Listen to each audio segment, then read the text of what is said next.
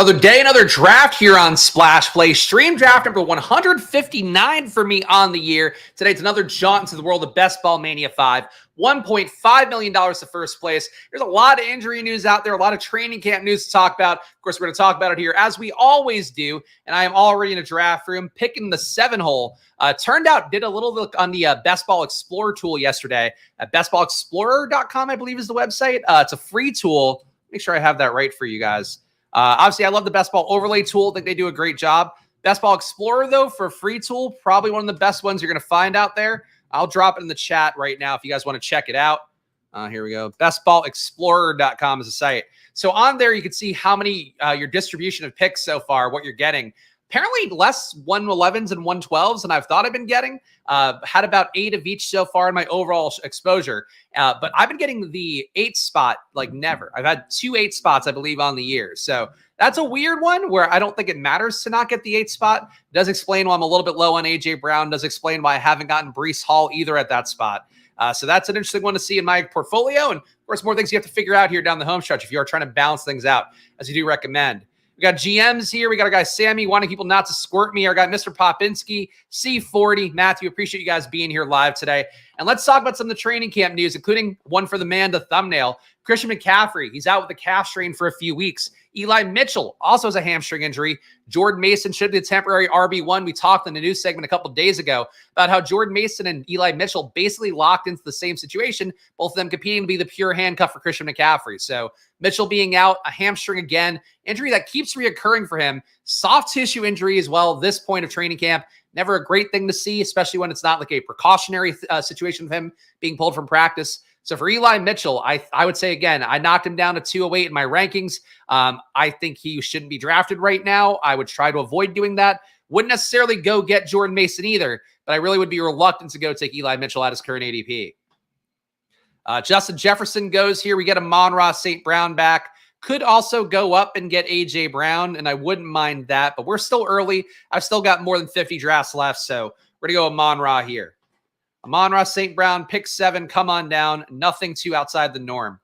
So the rest of the injury, or I guess the rest of the training camp news, not all injuries. Brandon Ayuk updates. The Patriots reportedly out after the ask was too big. They're willing to pay over $30 million a year. Again, the reports yesterday were that the 49ers wanted Kendrick Bourne, a first, maybe multiple firsts, and then you also have to pay the big contract for Brandon Ayuk. So that was a little bit too steep for the Patriots. They said instead they're going to focus on the receivers they already have in the room. They have some good young guys, I suppose. None of them are Brandon Ayuk, at least right from day one. But they're out of the business. And again, probably one of the worst landing spots you could have had for him. So easy target share, but the team that we expect to at best be around 500. More likely they're going to be a team competing for a top 10 playoffs, top 10 draft pick spot again. So that's how that looks. The Steelers are quote-unquote re-engaging. The report that I saw on social media, which I don't know how viable it is. I don't know how credible any of the news we're getting right now is, because a lot of it seems like the Niners trying to drive Brandon Ayuk's price tag down, but basically implying there aren't real suitors for him. But the Steelers are re-engaging, and the Niners reportedly want Pickens, Pat Freiermuth, or a first. I assume that means a first on top of another first, because the initial reports that the Niners want a first and a player. So I think the Niners from the Steelers would want, if this is true, want one of Pickens, one of Freiermuth, and a first on top of another first. So probably 2 firsts for Brandon Ayuk. So steep price tag to pay. The Steelers have been sniffing around him the longest out of everybody. So we'll see how that goes. Still think most likely he doesn't move. We saw Jonathan Taylor, Saquon Barkley go at the turn. Jahmyr Gibbs fell all the way back to me here. I am low on Jahmyr Gibbs. I think this is a time to do it. Man, Debo went as well. I don't think we're going to get Ayuk all the way back, but I'll take a shot on a Gibbs Amon-Ra build here. Feels somewhat unique. Gibbs has been going at that 1-2 turn, usually on the one side of that in the first round for a while. We'll get him here at pick number 18. So a little bit of uniqueness here in a BBM. Check the chats here. Amon-Ra at 7 could be kind of a unique start depending on what comes back at round 2. I mean, I guess Jack ended up seeing the future here. Still wouldn't say it's a unique start because you're taking the guy at ADP. But in this particular case, we got Gibbs falling back, so that made it a little bit more unique. If Puka had fallen all the way back, I think that would have been the more fun one. Best Ball Explorer is incredible. Yeah, it's really a great free tool. I wonder what the motivation is for whoever's doing it for free. I assume their motivation is to get everybody's data. so that they have an edge for themselves in the tournaments. But it is a great free tool. So check the link again, bestballexplorer.com. If you're listening to the stream, if you're in the chat right now, you can check where I just dropped it a few minutes ago. But again, the best ball overlay tool, I think the Spike Week tools as well, they're all doing different data focuses there. So if you want to use all of them, I think you could. All right. We got other news items. Sam Laporta dealing with a hamstring injury. This is one I did not see reported out at all, really, on social media, but it wasn't an Athletic article about the Lions-Giants practices. More precautionary than anything at the moment is the exact quote there. So wouldn't bump down Laporta. I guess wouldn't be shocking to see him fall relative to another news item about that. But he is a guy that is dealing with a hamstring injury right now. Hopefully not too serious because he's a guy that I love. Was on him bright and early last year. Josh Downs exited practice early this morning. Leg injury after a tackle on 7-on-7s, which feels odd. Usually you don't tackle in 7-on-7s. But a leg injury, couldn't put weight on it, left the field without putting weight on his leg. So Josh Downs, I would say be cautious where you're drafting him if you are taking him right now. Definitely a player that has some risk now, just we don't know what this leg injury is, and not being able to put weight on it. Sure, it could be a precaution again, but could be something that could be a serious injury. So just watch it because I've thought he should come up in price a little bit. Now I would say don't bump him up in price, but fun as always. This draft should be better against all badges. Maybe. I mean, you don't really get value in rooms full of all badges. Less sniping usually, but less value. We have Russell Wilson playing some reps in 11-on-11s. This is something as well where the Athletic talked about it, basically saying that Russ is coming to grab the job that he's been crowned for this entire time period. We know that Justin Fields has played well. We know the fact that Fields has gotten some steam for himself overall with how he's played, especially in the run-pass option. But it is something with him where they've wanted Russ to start. I think the better situation is to let Russ start. Then you give him the hook at some point if you want to go Fields' way. We'll see what they do. We got DK Metcalf falling a few spots. Got to take a receiver here no matter what, I think. Yeah, nothing correlation-wise with Seattle, unfortunately. DJ Moore would correlate, but I'm not going to go up and get DJ Moore. We have seen Metcalf be a riser. Geno Smith is not in my news items, but Geno Smith, a kid was asking for an autograph yesterday and asked Geno how many touchdowns he's going to throw. And Geno said 50, which is a pretty aggressive number for Geno Smith. Maybe a slight cosign of that Ryan Grubb offense that we're importing for University of Washington, but I thought that was an odd quote to give. An oddly specific number as well. 50 touchdowns for Geno Smith. Doris Fountain, quiet at Giants-Lions practices. Exact quote from The Athletic is that the battle for wide receiver 3 is still fluid. Now, we talked about Fountain being a guy you can maybe take in the 18th round when you are taking Lions-Niners stuff. Would say for Doris Fountain, I think it's still a thing where you can take him, but him not playing well. We talk about it a lot here. Mediocre players have mediocre days. You know, there's going to be up and downs to it. He might have started hot. Now they're finding the bottom of him a little bit more. That's why he's a guy that really hasn't played in, I think, 3 years being a pro. So for Fountain, just a guy to, you can take him, but I would say right now, DPJ still in the mix, Khalif Raymond still in the mix to some extent. It might not be a sure thing that Fountain is going to get any work at all, let alone wide receiver 3 work. Jonathan Mingo, quote unquote, looks like a completely different player from an outside route running perspective this summer. Mingo, we've talked about here, think he's a viable 18th round pick in situations where you're taking Bryce Young or you're taking that opposite side for week 17 for Tampa Bay. Mingo holding Leggett at bay. Leggett still dealing with his foot injury. That's not a break, but is still keeping out of practice. These are reasons that you can take Mingo, and Mingo playing outside looks a little bit better. Laporta goes, unfortunately, would have been nice to get him. Fortunately, we are not going to have that one in this one. In this particular build, we got Detroit, we got Seattle. Nothing correlation-wise we need to go and get. Amari Cooper, really not a discount. That guy taking Laporta did not help me out. That's what we're talking about. You just don't get value back in these rooms. We'll go Amari Cooper here. Low on him, low on Pickens because I'm high on Christian Kirk. So nothing too crazy here, though Kirk has now come down enough that might have to alter my rank for him a little bit. But I basically flipped Kirk and Higgins, which shouldn't be surprising if you followed the stream for any point in time. All right, rest of the news here, and then we'll get more to the chats. Athletic expects Johnny Wilson to make the roster. This is one, too, where I know some of you guys took Aeneas Smith early on, thinking that he was going to be, at the very least, the Quez Watkins in that Philadelphia offense. Athletic reported that Aeneas Smith, or I guess speculated, Aeneas Smith might be the first draft pick on the Eagles to get cut since 2021. He's not been playing well in camp, not doing anything. Wilson's pulled ahead. Paris Campbell's been ahead. They like Britton Covey enough. So Aeneas Smith, maybe a practice squad guy, but definitely not somebody you'd want to take too much of. Brendan Rice getting first team work with Ladd McConkey banged up. Ladd's not practicing or running right now. Kamani Vidal also not practicing, but he's at least running on the sideline. So for Ladd being that hurt, not being able to move right now in the field, not a great thing. Brendan Rice getting in the mix of the first team at all. An interesting thing to note. Johnny Munt, and again, another exact quote here, might have the most targets at Minnesota camp. Johnny Munt, of course, filling in for that TJ Hawkinson role. We saw Robert Tonyan go down earlier in the preseason, so if you need that late stack, I know some people take Josh Oliver for the low-owned guy. Oliver has the bigger contract. Munt might be more the pass catcher. Filling in for Hawkinson until Hawkinson can actually get back out there, which, as we'd expect, he's probably missing 4 to 8 weeks, just based on his age, based on when he got hurt last year towards the back half of the year. But we will see, obviously. But do expect Hawkinson to be on the pup list no matter what. So if you take Johnny Munt, you're getting a month of Johnny Munt. A month of Munt. How can you go wrong? And the last news item, the most exciting news item of all, Velus Jones moving to running back here. Of course, I go in order of ADP for how important these news items are. But Velus Jones at RB. He's going to be one of their kick returners this year. Don't think you should draft him, but he's going to be out there doing some stuff. Brendan Rice being first man up is a good signal. Yeah, I mean, it's a lot of injuries too. Palmer got hurt the other day, came back in, but they're just really banged up. Chargers O is also looking really bad since Herbert went out, which isn't a surprise, but like Easton Stick is like not doing anything real out there. So they've had some concerns in camp. Not having Herbert out there just hurts the connection these guys have to build in a new offense. So I've never been a big Chargers guy. I think right now, the most viable reason to not be a Chargers guy. We got Keenan Allen back at ADP. No big fallers at all at this point. Again, bad rooms. You just don't get real value. But you got Gibbs, and then it felt like maybe we'd get more value. Not today. We'll take Keenan Allen, though, for the opposite correlation. Keenan Allen looking good in camp. Bears Hard Knocks was yesterday as well, which I watched. First half it, just the Caleb Williams show, which doesn't surprise me very much. Caleb knows the opportunities to take advantage of. He's a USC guy. He knows Hollywood. He's got to be out there doing some stuff on camera right away. And I guess besides that, the highlight was like the Canadian guy taking his clothes off to sing whatever Born in the USA. I forget what song he did. Whatever American song. Took off his clothes to reveal a bald Eagle Speedo.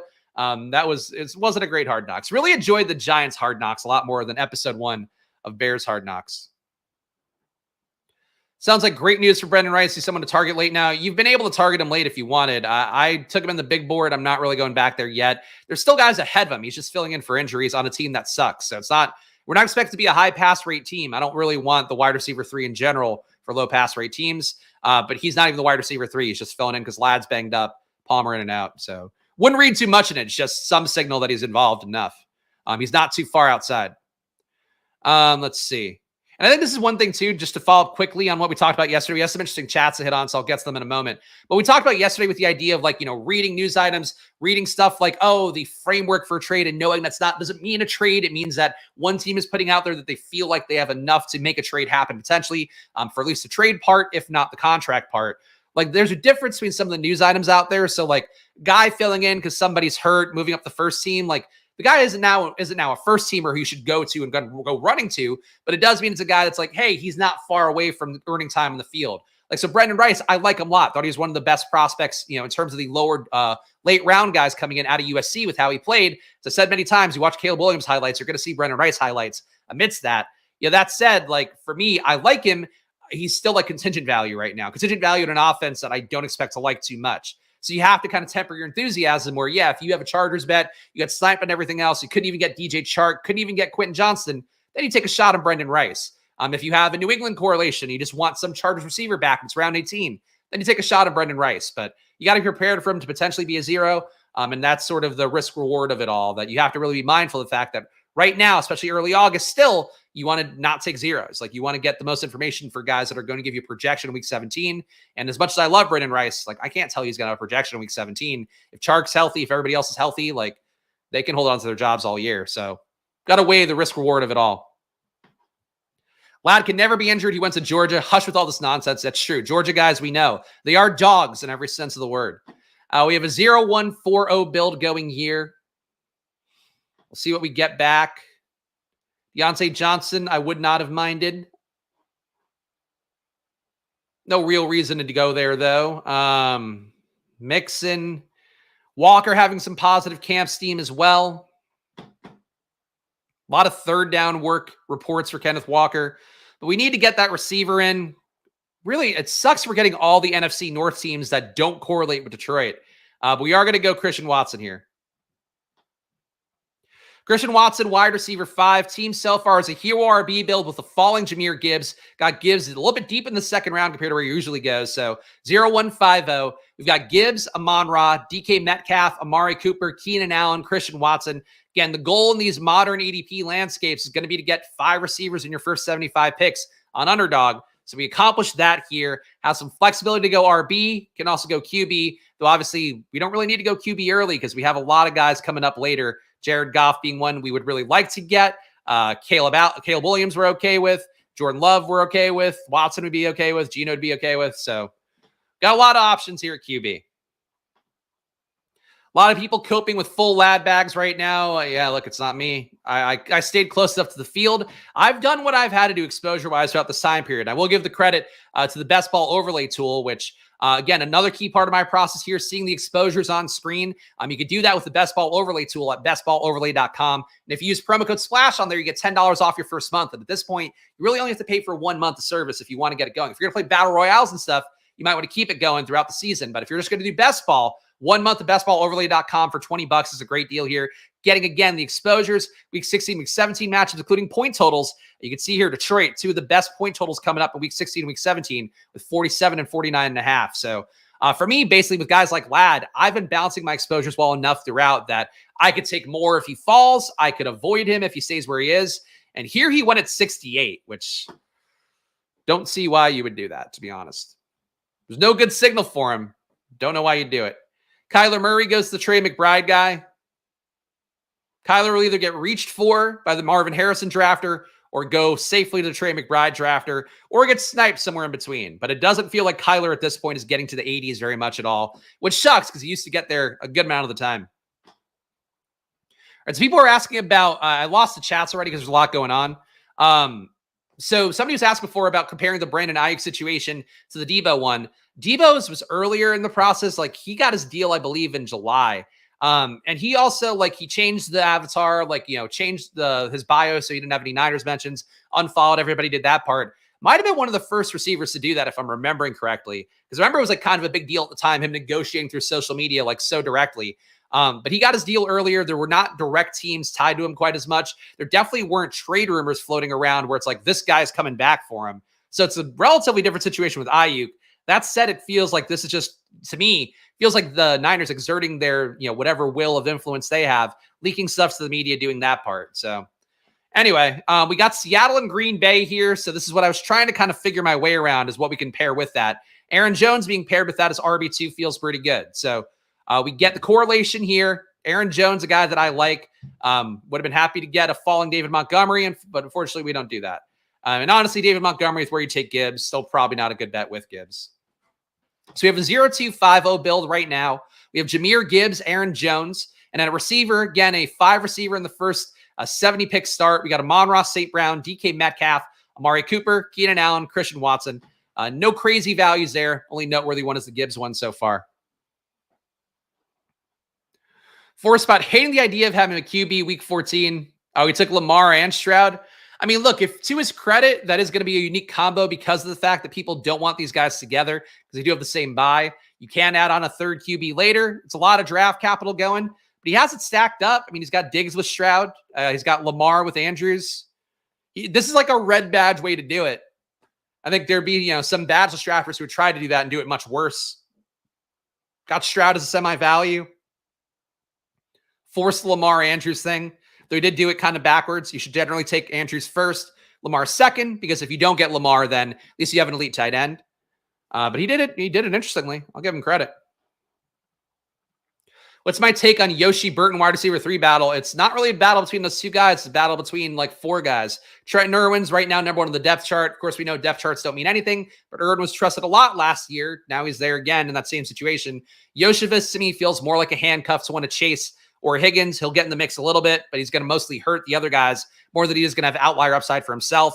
Burton has fallen behind Yoshivas. I think he's behind Irwin as well. It's not great. He's playing with the second team after that foot injury he had. And then you still have Charlie Jones there, who's kind of Trenton Irwin type. Smaller, a little bit better after the catch. But he's a guy that's going to get some work as well. I don't know how much work, but he's going to get some work. So you add in Gesicki too.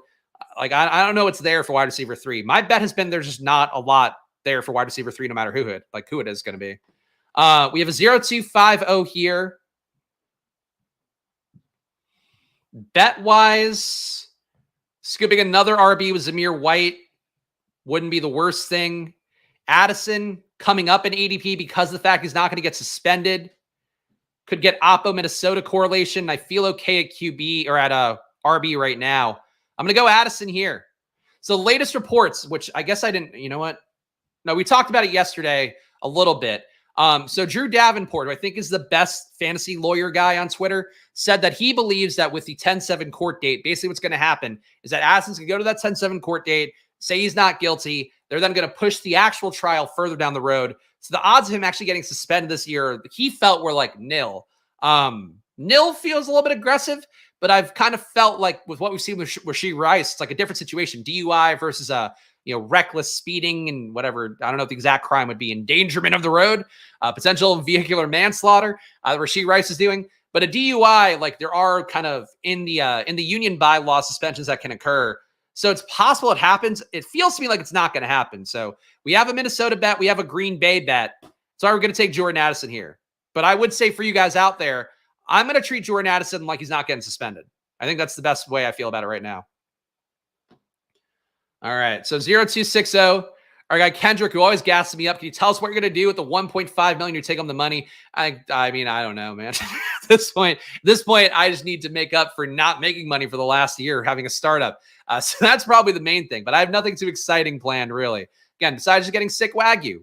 Wagyu's the goal. But Kendrick always pumps me up as I'm going to win. I hope I do. But at this point, we could get all the takes right and still fucking lose. And that's the joy and the disappointment waiting for you around the bend in best ball. I would take a top 20 finish with that BBM prize pool, which we don't pull up on screen too much anymore. The BBM prize pool, though, again, one of the most favorable ones out there where you can finish top 20, make 100K. You can finish top 30, make 75K. Top 50, you're still making 25K. Obviously, 25K for me, would be nice. Wouldn't really do a whole lot. 100, 75. We could be happy. We could find joy. Take a nice vacation. If you win, we will get Spags TV and media. Yeah, that's it. I'm just going to do what Liam Murphy does. I'm going to make my thumbnail worse, and I'm going to just put the fucking ring on everything. No, honestly, you'd probably just see me doing this exact thing, but talking about how I'm a best ball champion more. I think that's exactly what would happen the most likely. Because then at that point, everybody watching every stream because it's like, I'm a champion. Instead of right now where it's like, I have to earn your trust and respect every day by giving you good news and takes every day and being right like on things in January. Now I have to earn it every day. I can get to the point where I don't have to earn it if I were a champion. I'm going to show up here, be wrong about shit all the time. Jeff loves a good Kendrick Drake joke. We are Team Kendrick here. Chase Brown not paying any tax for being second on the depth chart, which surprises me. Does feel like there's selective enforcement of people's beliefs about depth charts, which we talk about here. Depth charts in week one of the preseason, week one of the preseason games don't really matter. But people really overreact to them, and sometimes they don't because they like a guy. I would say Chase Brown might be one of those guys that people don't overreact to because they like him. Jordan Love here gives us Green Bay. We are starving ourselves a little bit at RB if we go that way, but I can live with it. I'd like a little bit of a discount on Jordan Love. And Joe Burrow, the reason I have a 99 rank on Joe Burrow when he has a 90.5 ADP, because Joe Burrow once again falls into the 100s here because that will happen a good amount of the time if the Chase drafter and the Higgins drafter don't go his way. Team so far is 1-2-6-0. We went heavy at receiver here, but not an extreme zero RB team technically. We have Jordan Love, Jahmyr Gibbs, Aaron Jones as the room so far at QB and RB. Amon-Ra St. Brown, DK Metcalf, Amari Cooper, Keenan Allen, Christian Watson, and Jordan Addison, who we believe will not be getting suspended this year, even though his ADP is now accounting for that risk. Could be done at receiver. Don't know if I will be. We'll go.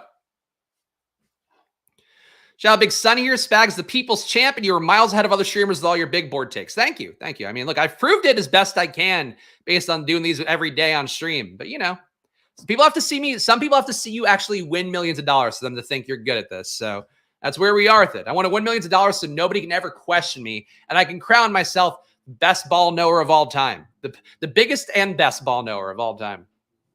Shout out you guys watching live. If you're watching live or after the fact, please do subscribe down below. Hit the like button. Leave a comment. Your engagements go a long way for you. If you've gotten any value out of this video, whether it be the news item up top, whether it be how I talk about teams, how I talk about players, hit the like button, leave a comment. Again, your support goes a long way for me, a solo proprietor who frankly doesn't make enough money doing niche content of basketball here. So I got to grow this channel. Got to make it happen more. Got to get you guys in here every day. So please subscribe, hit the like button, leave a comment. All your engagements go a long way. If you really want to support the show, hit the join button down below, $4.99 a month. Of course, to get my rankings, 10 team reviews a month for me, VIP Discord, and also my news updates. I have an entire Google Doc with every news update I've given so far in stream since training camp opened. So we've now got, how many pages? Got 7 pages of news items now. Good God, that accrued quickly. But hit that join button down below. Our presenting sponsor, Underdog.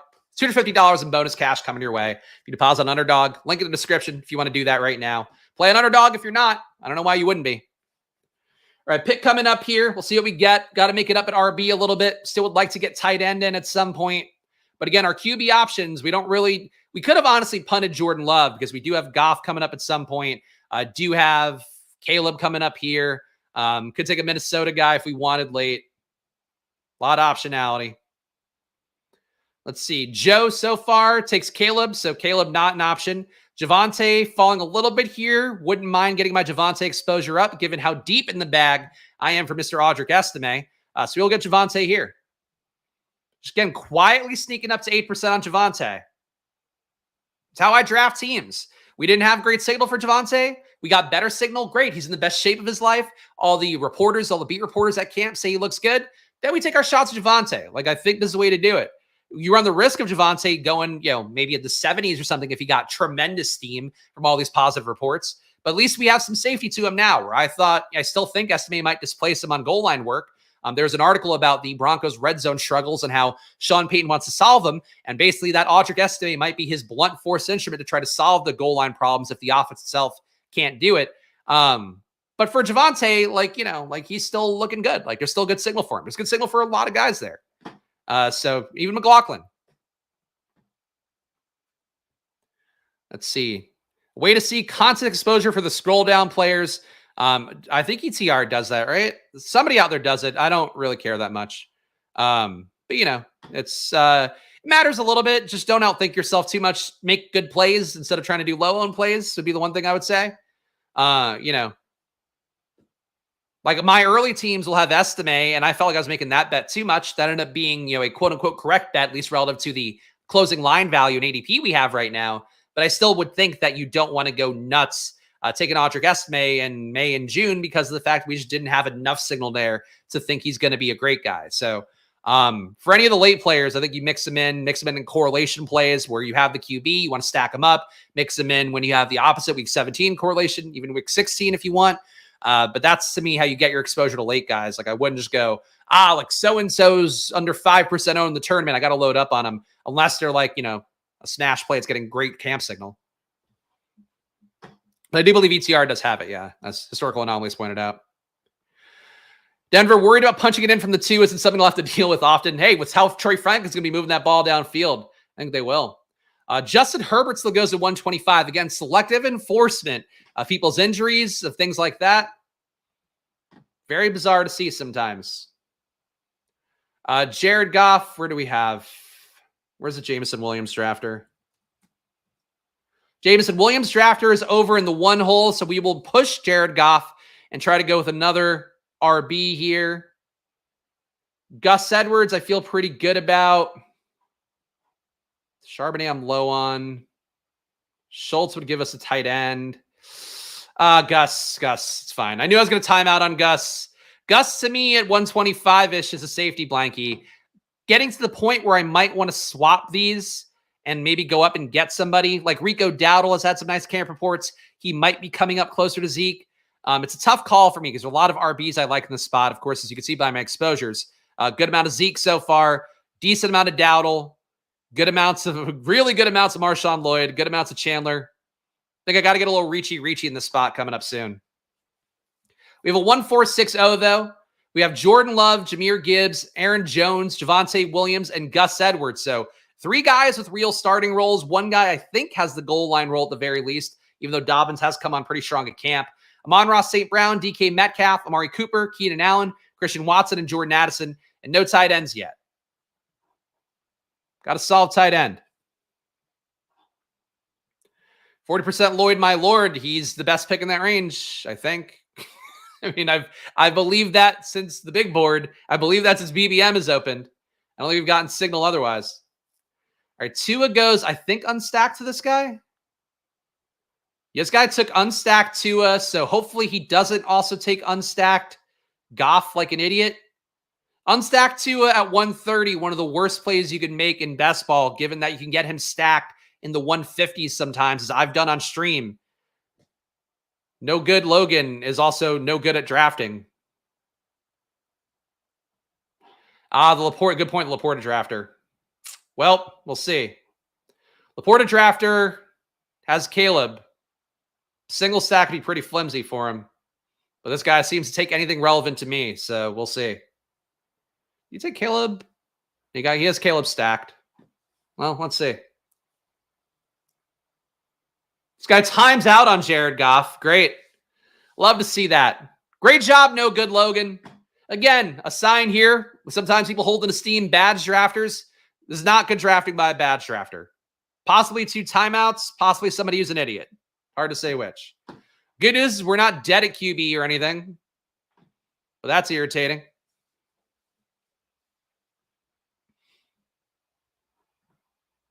All right. Can add to the Lloyd bags here. Dalton Schultz, a little bit of a discount. Never feels bad to me. We got a Minnesota bet. I mean, honestly, I do feel like Marshawn Lloyd is the pick here. Yeah. Done at RB with Marshawn Lloyd. Correlates with Green Bay. Not going to go up and get some other player here. Schultz was the most tempting part to me, but I got 20% Schultz as well. So here we are, 1560. Got Jordan Love, Jahmyr Gibbs, Aaron Jones, Javonte Williams, Gus Edwards, and Marshawn Lloyd. Wide receiver, we have Amon-Ra St. Brown, DK Metcalf, Amari Cooper, Keenan Allen, Christian Watson, Jordan Addison. We have enough late QB options. We got Deshaun Watson. We have Geno Smith.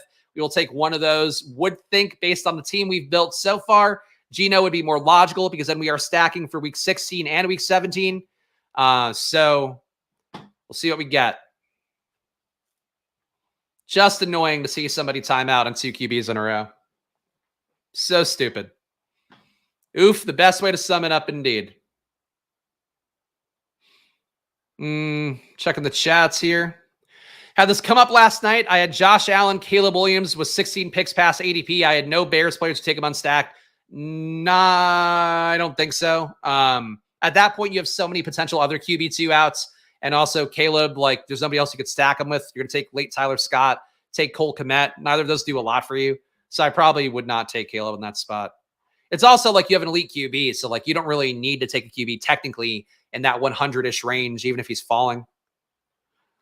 This guy takes Luke Musgrave. Not that we needed him. We got enough of a Green Bay bet, I suppose. Would have been nice to get Musgrave back. It's okay. Man. And this is why I say, if you're going to give me the choice between a badged room and an unbadged room, I'd rather have unbadged drafters. At least they have an excuse to do stupid things. The badged drafters, you've done 1,000 drafts. You probably should not time out on 2 QBs in a row. Caleb doesn't add match value when you have Allen. If he does, if you have the entire Chicago stack, he does if you have like more, you have Keenan. Because then the bet is like there's, Odunze as well, obviously. The bet is then that the stack is going off. Caleb's having one of the best rookie years ever. So the bet still works, but yeah, the price tags I think don't align too well for that. All right, let's see what we got this next pick. Leggett not really falling too much, which again, this guy though doesn't seem to be aware of anything going on news-wise. No, he's not the one who took Justin Herbert. Never mind. Yeah, but Leggett should be falling more. Foot injury, playing behind Mingo. 2 things that are not good for Leggett at his current price tag. He needs to be coming to like the 150s. I don't know, 160s. Might be time to take a tight end here. All right, Cole Kmet came all the way back. We've got the bet on Seattle, Chicago a little bit. We also could take Noah Fant later. CJ Hawkinson as the luxury tight end where we still do a 3 tight end build would also be okay. Just got to get guys that can get us through that early part.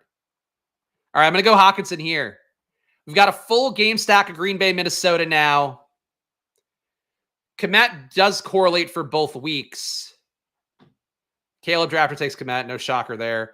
Don't think we're going to get Hawkinson back no matter what. But Hawkinson at 151 is just like exactly the price where he should be. You saw I have him ranked in the mid-140s. And obviously, again, this is not me drafting Hawkinson expecting to be ready week 1. This is a 3 tight end build now because we did take Hawkinson here. We go with Hawkinson. We got Minnesota Green Bay stacked up fairly well. Really good game stack of Minnesota Green Bay. And we'll try to make the rest work with another side of the equation. Could do 2 more QBs, perhaps. Well, let's see. All right. DK draft rooms are littered with people who are terrified to not have 3 top 20 QBs. Wild change from Underdog. Yeah, I mean, look, DK is not the sharpest draft rooms. They also are, I think, getting a lot of the people who are like bonus hunting right now, which are also not going to be the sharpest drafters sometimes. So you're getting a double whammy there. Look, if you want to play on DraftKings, knock yourself out. I think it's a good site to play on for that and nothing else they do as a company. Heard Splash was mentioned on R. Kelly podcast. First of all, he's in jail. I don't think he has a podcast. It's digging deep for a joke there, but sure. We do love a piss boy room here, much like R. Kelly does. This guy took another QB here, just absolutely subreading the team with Jalen Hurts. He's got 4 receivers through 13 rounds. No, he got to 5. 5 receivers to 13 rounds. Killing it, dude. Killing it. One person ruins a room every fucking time. Reaching ahead of ADP for a mobile QB always feels gross. Yeah, I would agree. But people are on DraftKings are terrified to lose their stack, terrified to get boxed out of stacks. It's going to happen more. Also found out I'm the absolute worst as far as typing / texting in the chat. I don't know in terms of your speed of contribution. I think you're doing a fine job for yourself, Chunk. J.K. Dobbins, I would like to get more exposure to. I've got enough Gus as we talked about a few rounds ago. I'm at 3% on Dobbins. He's another guy to me that I think the outlook has gotten a little bit safer, a little bit better looking.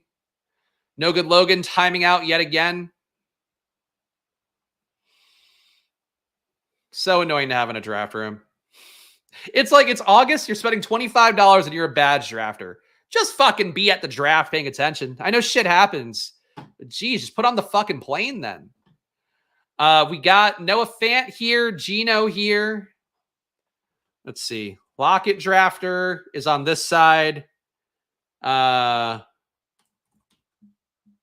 drafter is, where the fuck is he? He's on this side. But he's got 2 QBs. Gonna go Noah Fant here and try to push Gino back. We're gonna pray that Gino comes back. Just need to get him past the JSN drafter and any idiots on that side of the board. But the team so far, we'll give it a read here. A 1-5-6-2. If we get scooped on Gino, we'll hopefully have one more out left. We got Jordan Love, Jahmyr Gibbs, Aaron Jones, Javonte Williams, Gus Edwards, and Marshawn Lloyd. So we're done at RB with a bunch of starters here and guys that I expect to come on strong if they're not starters. Amon-Ra St. Brown, DK Metcalf, Amari Cooper, Keenan Allen, Christian Watson, and Jordan Addison. We hit our 6 receivers in 90 picks, 5 in the top 70, and we went away from it. We took Hawkinson as a value, took Noah Fant at ADP, and now we pray the end game works out for us. Just got in, you're angry already. To be clear, just because you get in doesn't mean I wasn't doing a draft for 15 rounds. Like the world doesn't exist on the clock of you, Ant.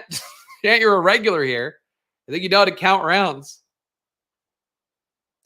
Hopefully, Fant's foot injury is a nothing burger. I'm not worried about that one yet. Why do more streamers draft on DK? Because everyone says it's softer because they don't have any affiliate agreement with you, and also they get less views, so it doesn't reward somebody creating content. And also, they're just not a fun company right now. So that's it. I mean, that's the reason why.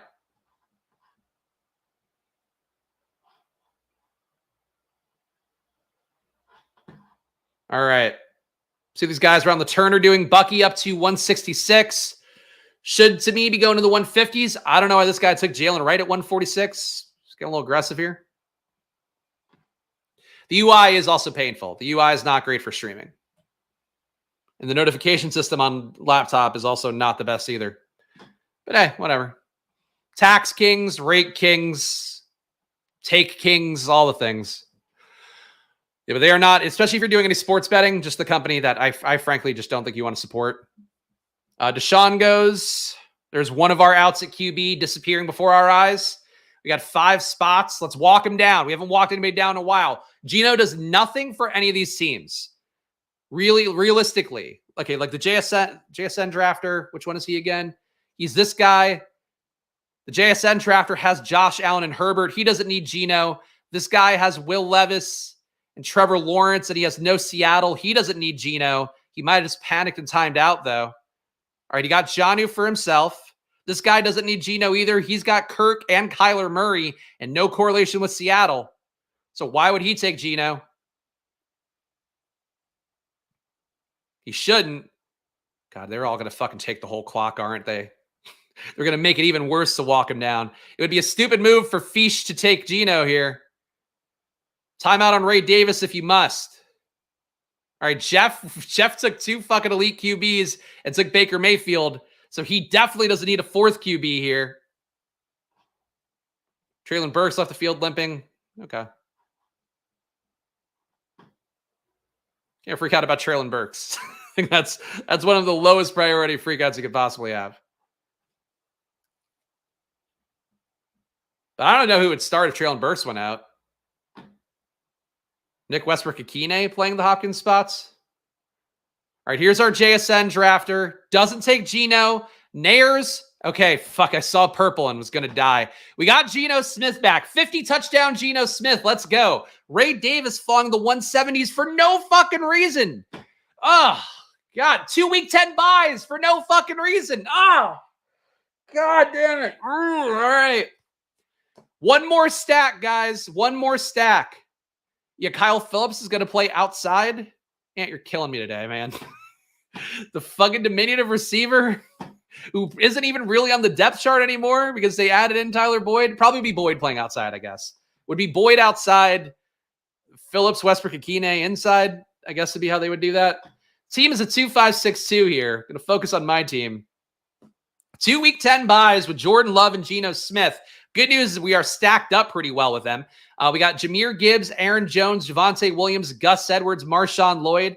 We got Amon-Ra St. Brown, DK Metcalf, Amari Cooper, Keenan Allen, Christian Watson, and Jordan Addison. And at tight end, we have TJ Hawkinson, Noah Fant. So we got to think about, is there some way to add another QB on that can correlate with some portion of this lineup?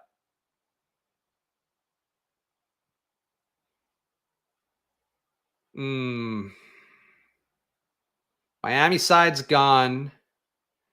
Cincinnati, Denver. We can't get Cincinnati, guys, so that's stupid. Never mind. This might be a Bo Nix team, I guess is it. Not the most exciting. Could go. Could go to my safety blankie, Derek Carr, who we do assume will be playing week 10 when all of our guys are on bye. Yeah, this is a really bad take. Kyle Phillips is not 2.0. First of all, you wouldn't want 2.0 Alec Pierce. Second of all, one is like a low A dot guy. The other one is a guy who only gets targeted downfield. They're just white guys. And it's not even like the Cooper Kupp, Lad McConkey one where at least there's some stylistic similarity. They're literally just white men, and you said they're the same guy. Oh, you boys. You boys, please. Kill me. Daniel Jones. If I don't want to do the Derek Carr thing, what QB outs do we have? So for Daniel Jones, we could add on one more tight end. We've only got 3 rounds. So we'd have to add a tight end and not a receiver.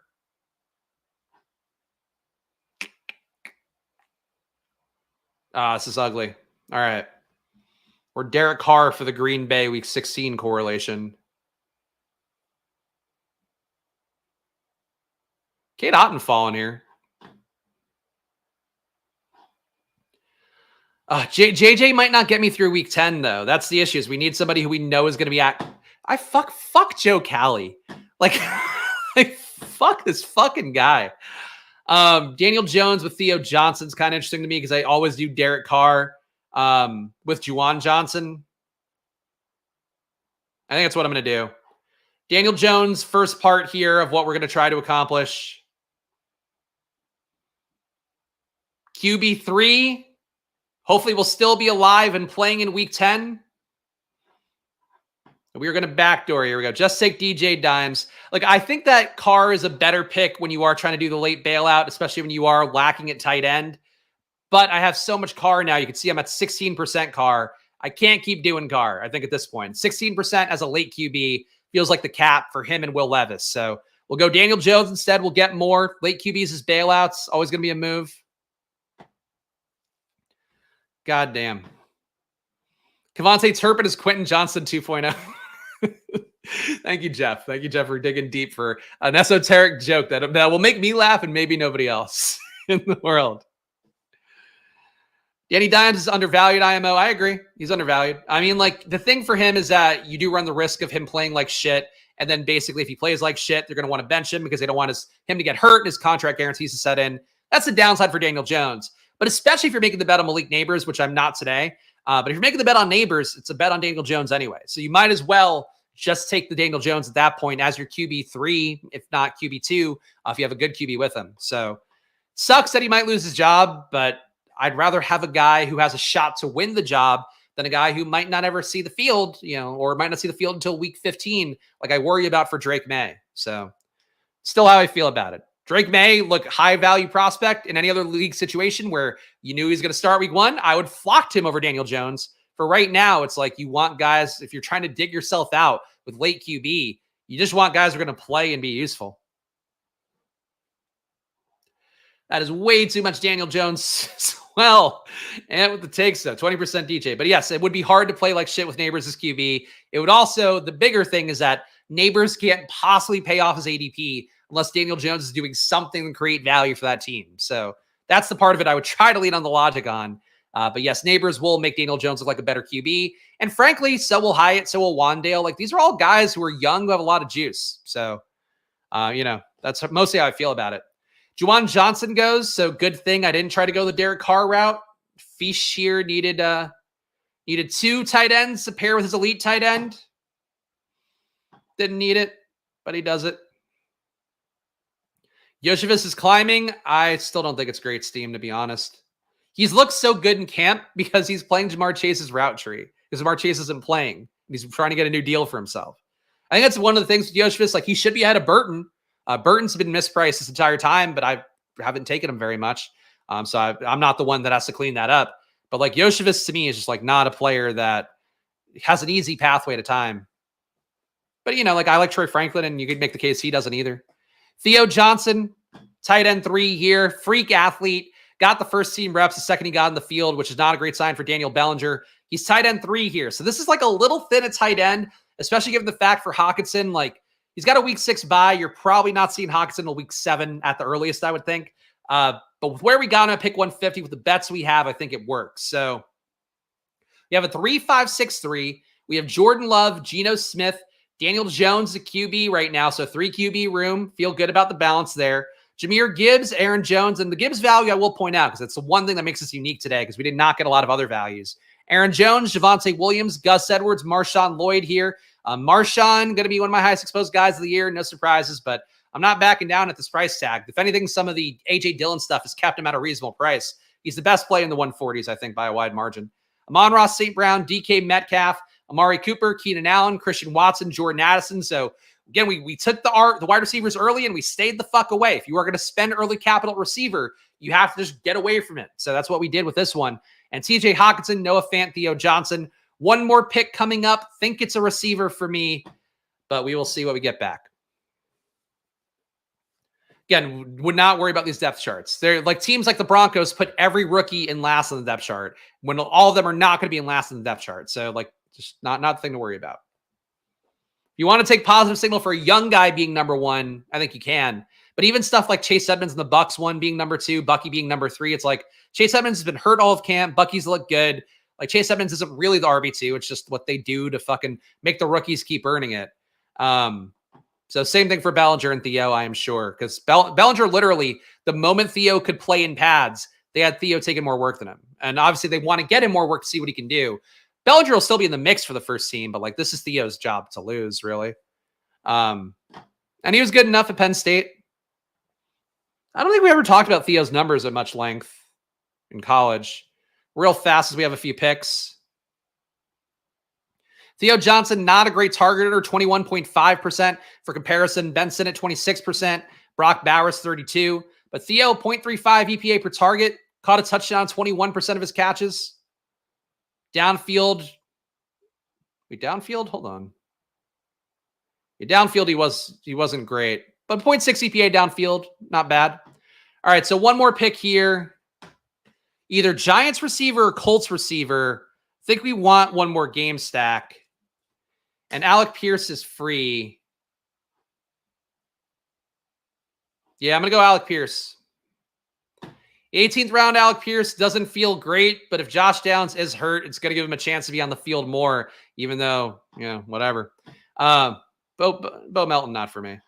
Teams at 3-5-7-3 here. And the goal when you get that third QB is to build a third game stack. So that's my logic for taking an Indianapolis guy, because now we have 3 game stacks overall. We have Jordan Love with Minnesota. We have Geno Smith with Chicago. We have Daniel Jones with Indianapolis. Those are our stacks right now that are somewhat game stacked. Jahmyr Gibbs, Aaron Jones, Javonte Williams, Gus Edwards, and Marshawn Lloyd, the RBs. Wide receiver, we have Amon-Ra St. Brown, DK Metcalf, Amari Cooper, Keenan Allen, Christian Watson, Jordan Addison, and Alec Pierce here. When you have a 6 wide receiver team, you got to 7. I was thinking it the entire time, man. I'm not giving you, to be clear with your takes today, I don't want to give you credit for anything, my friends. It's not your best day in chat. Come back tomorrow. Get a better day in. TJ Hawkinson, Noah Fant, Theo Johnson. So the team is unique. The way we handled the receiver alone was unique. Adding the Gibbs hero on top makes it more unique. This wide receiver room, definitely unique with Hawkinson as a tight end 1 for us. A little bit flimsy for sure in that first month of the year, but we got guys who should be starters and should be good to go. And we did get a lot of correlation for week 16 and week 17 through Minnesota. So I'm happy with the team, guys. I think it was a little bit of a struggle to get there, a little bit too much sniping, but I agree. A nice team here. So, guys, if you're new around here, if you're not playing an underdog, use promo code SPLASH. Get $250 in bonus cash right now. It's the biggest bonus cash deal you're going to find in the space. Go check it out. Of course, link in the description as well. Draft on Underdog. If you're looking at this stuff for fantasy football data, don't do fantasy football mock drafts on ESPN. Gamble. Gamble instead and do some best ball drafts. And you can have some success as well if you use that promo code SPLASH at Underdog right now. We talked about the Downs injury before, but yeah, he couldn't put weight on his leg. If you are already deposit Underdog, deposit on Drafters. Drafters is another great site to play on, and I don't want to guarantee anything, but I really do think there's going to be overlay there with how their Drafters million is filling. That tournament's got $15 entry, $500K to first place, no pods at all, so that luck component is gone for you. No playoff pods either, just 17 weeks of total scoring, full point PPR. I finished top 110 last year on Drafters with only 9 entries. So biggest cosign I can give you, go to drafters.com, use promo code SPLASH. That's drafters.com, promo code SPLASH to get a $100 deposit match. And you also get a free entry at 10 entries in the Drafters Million as well. So if you want to be like me and only put in a few, you get a free entry on that too. Probably is my baby. Check it out. Probably.com. Best sports betting data. Best ball overlay if you want data on your screen for Underdog BBM drafts or any draft, really. Eliminator as well. Weekly winners. They have different stuff for those too. Bestballoverlay.com. Promo code SPLASH for $10 off and get it basically for 1 month for $20. And Stochastic, if you're playing DFS, why not whore it out too? Again, guys, appreciate all of you who've joined the channel. $4.99. All these fine people have. And you too can support the show here. If you enjoy the work I do, hit the like button and subscribe. If you really enjoy the work I do and you can't imagine your life without it, join the channel down below. Get a VIP Discord. My rankings that you can export to Underdog with over 275 blurbs. Actually closer to 300 now blurbs for all the players that I have ranked. And also, you get my my news and notes, 10 team reviews a month from me. You're getting a lot here if you join the channel for just $4.99. Gamble responsibly. Follow me at Chris Spags. Follow the show at Splash Play Pod. New drafts here every Monday to Saturday at 11 a.m. So come back tomorrow for more. I'll see you guys then. Enjoy your days. And of course, good luck. Bye-bye.